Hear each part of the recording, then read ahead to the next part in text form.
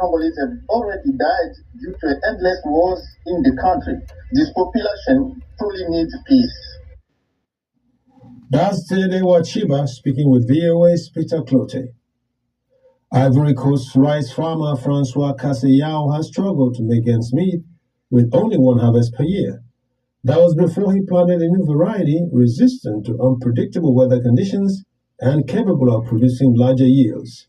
Ellis Rizzo Reuters has details. In the village of Subiakra, just over 8 miles from the Ivorian capital, Yamoussoukro, rice farmers previously struggled to produce 1 metric ton of rice per hectare. But now things have changed. The new grain lets them harvest rice twice a year, with a yield of up to 5 metric tons per hectare. Mais cette fois-ci, dans ce temps où on a commencé avec... Since we started with the new variety, we're doing just fine.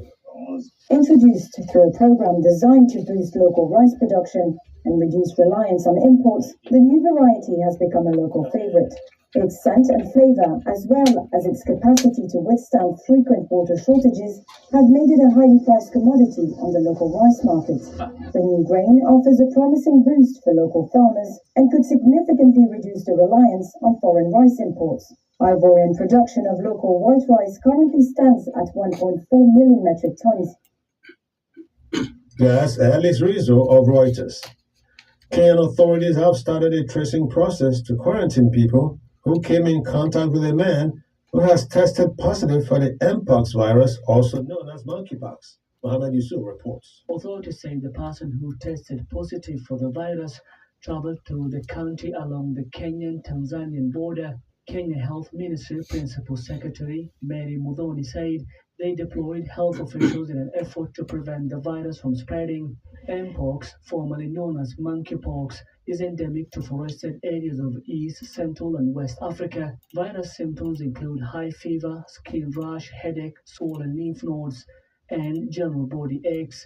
The virus can spread through direct contact with a sick person and also through respiratory droplets. According to the Africa Centers for Disease Control and Prevention, at least 1,450 people have died of mpox across 15 African countries since the start of 2022. That's a report by Mohammed Yusuf.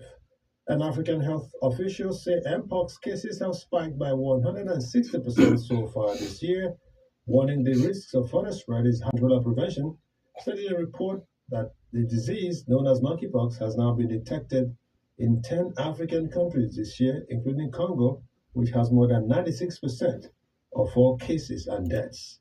Find out more on this story and all the news on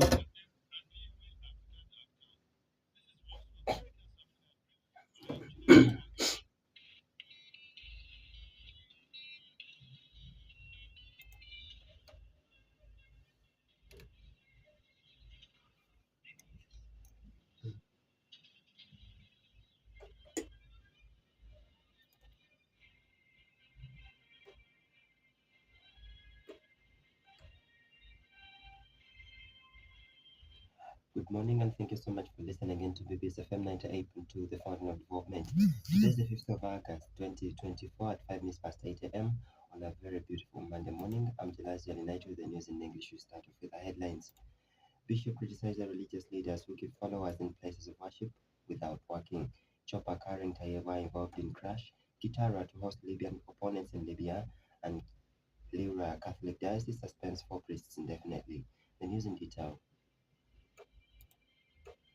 The General Overseer of the Pentecostal Church of Uganda, Bishop Charles Bagonza, has criticized religious leaders who keep their followers in the places of worship without encouraging them to work. Bishop Bagonza, who is also the lead pastor at Kavarona Pentecostal Church of Uganda in Masindi Municipality, says the practice breeds the culture of dependency among their followers and retards their economic development. He was speaking during a graduation ceremony for the 10 mothers of children with disabilities from Masindi district who completed a 4-month training in tailoring held at the church yesterday. Bishop Agonza reminded the believers that God blesses the hands of those who work as they pray, but not those who just pray without working. Speaking about the training, Bishop Agonza revealed that the training is aimed at equipping the mothers with the skills that will help them earn and be able to support their disabled children instead of relying on handouts from well-wishers. The training is conducted by the church under its humanitarian initiative for Better for Families Uganda that strives to promote a conducive environment in homes in the country. The church also gave a sewing machine to each parent as a startup kit to help them earn from the skills acquired. Bishop explained that this is part of the church's policy of preaching a holistic gospel that caters for both the spiritual and physical needs for the followers. Masindi Resident District Commissioner Eminga Virano, who was the chief guest, hailed the churches for the initiative that he said is complementing the government's efforts geared towards improving the lives of the people with disabilities in the country. The RDC pledged the government support to the mothers to enable them support their disabled children.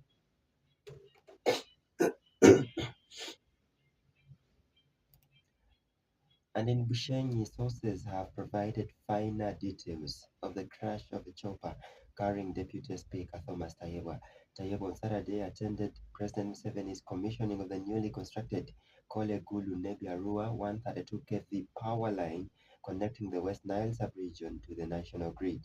The Deputy Speaker later rushed to Bushenyi, where he attended the giveaway ceremony of Edith Ainomugisha and Albert Bagabe. Aina Mugisha is the daughter of National Water and Sewerage Corporation Managing Director Dr. Engineer Silva Mugisha and Annette Katsime Mugisha, the woman member of parliament for Busenyi. With the function ending a little late, Tayebwa's convoy rushed to Nyakisharara airfield, where he was supposed to board a chopper back to Kampala. However, at the airfield, the Deputy Speaker's team was informed that it was late and the chopper couldn't fly at night because of lack of night vision. The team would later board another chopper.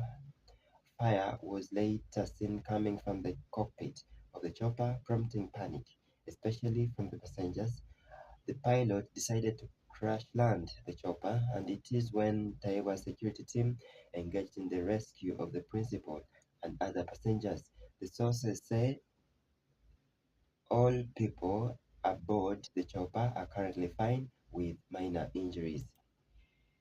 In Lira Catholic Diocese has indefinitely suspended 4 priests. They are Father John Bosco Jede, Father Joel Omeja, Father Moses Otom, and Father Alfred Okelo Jr., who were serving in different parishes in the diocese.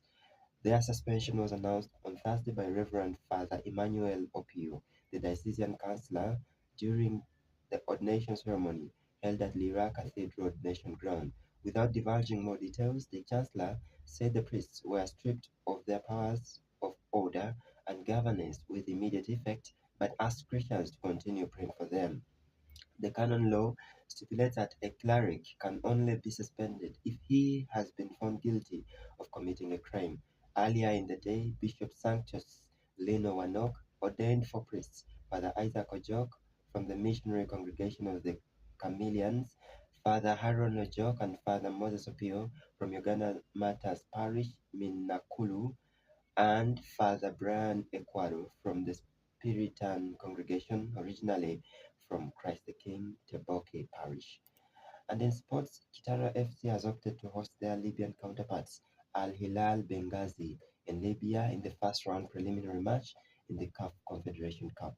Kitara FC submitted Mandela National Stadium, Nambole, as their home for the competition, but with works ongoing to lay the running track at the venue, it won't be able to host the match on those stipulated dates.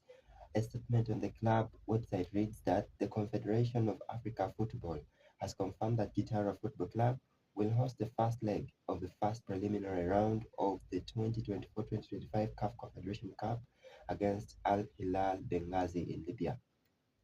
The return leg will be played at the same venue a week later. The match is scheduled for Friday, August 16th at the Benina Mata Stadium at 8 p.m. Ugandan time. There are reports that Kitara sold St. Mary's Stadium Chitende, the only other CAF-approved stadium for the Intercontinental Club matches, but the management say it is already booked on the date, according to a letter circulating on social media. Thank you so much for listening to BBS FM. Good morning.